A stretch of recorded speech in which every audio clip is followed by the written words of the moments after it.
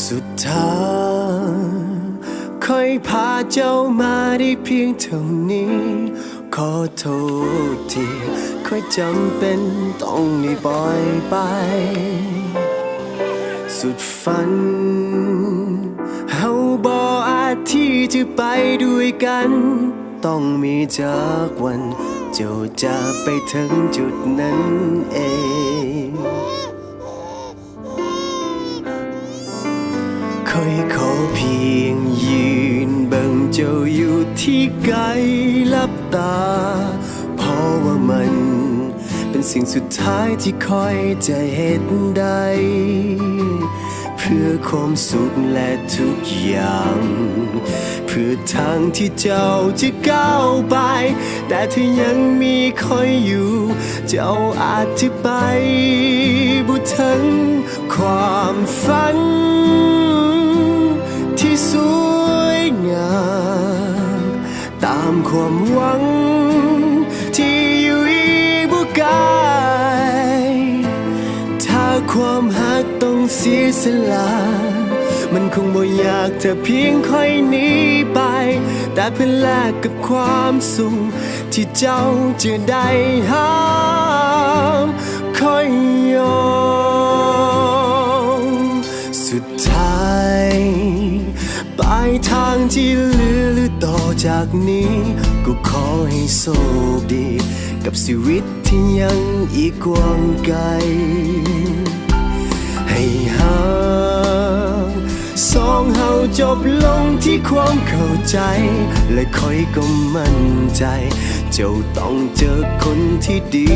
กว่า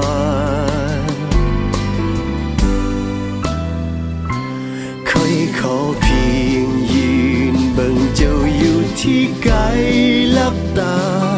เพราะว่ามันเป็นสิ่งสุดท้ายที่คอยจะเห็นได้เพื่อความสุขและทุกอย่างเพื่อทางที่เจ้าจะก้าวไปแต่ถ้ายังมีคอยอยู่เจ้าอาจจะไปบ่ถึงความฝันที่สวยงามตามความหวังที่อยู่อีกบ่ไกลถ้าความหักต้องเสียสละ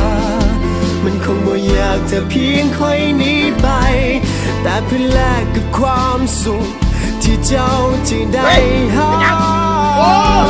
ค่อยยอม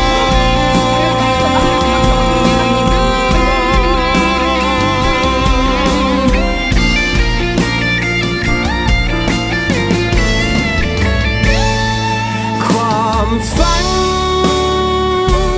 ที่สวยงามตามความหวังที่อยู่อีกบ่ไกล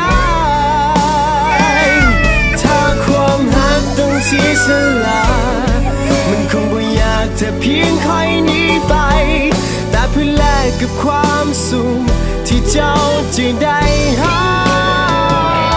ความฝัน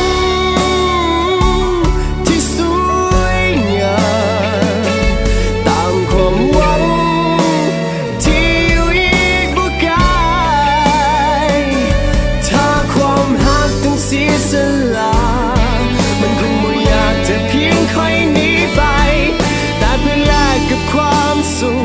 ที่เจ้าจะได้หา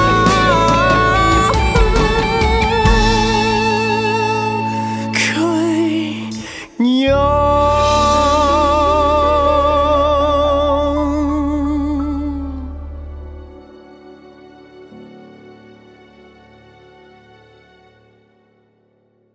ความฝันที่สวยงามตามความหวัง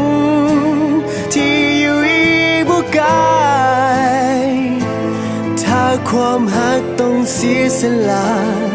มันคงบ่อยากจะเพียงค่อยหนีไปแต่เพื่อแลกกับความสุขที่เจ้าจะได้หาค่อยยอม